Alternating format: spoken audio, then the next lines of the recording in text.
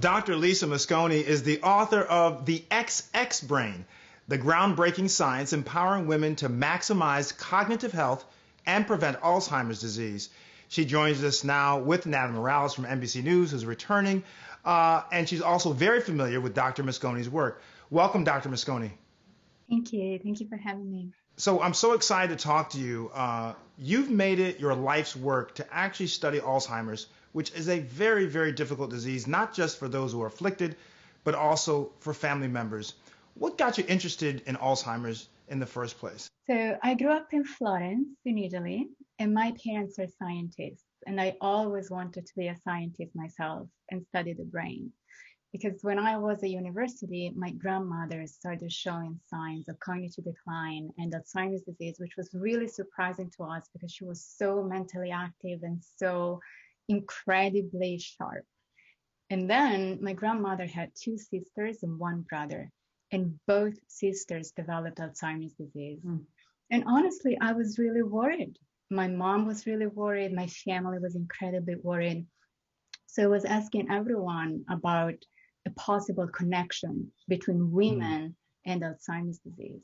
But back then, most of the researchers did not look at gender, which is still the case today. And what I kept hearing was that Alzheimer's affects more women because women live longer. That's it. That's the end of the story. But the more I researched, the more I realized that that's really not the only reason, it's not even the main reason.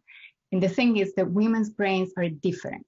What we discovered is that simply being a woman really increases your risk of Alzheimer's disease. So the number one risk factor for Alzheimer's disease is age, is getting older.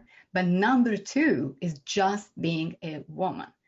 To the point that today, almost 2/3 of all Alzheimer's patients in the United States of America are women. Dr. Mosconi, when you were looking at all and doing all this research, and you're seeing the differences between men and women, what did you find are the reasons why the disease affects women in such huge, disproportionate numbers? For women, hormones turned out to be incredibly important. Hormones are not only involved in reproduction and having children, they're also really essential for brain function. So for women's brains in particular, estrogen is in charge of a number of things, from immunity, it really keeps the brain resilient, to brain plasticity, stimulates the growth of new brain cells. And even most importantly, estrogen literally gives energy to the brain. Estrogen is a neuroprotective hormone. It literally shields our brains from harm.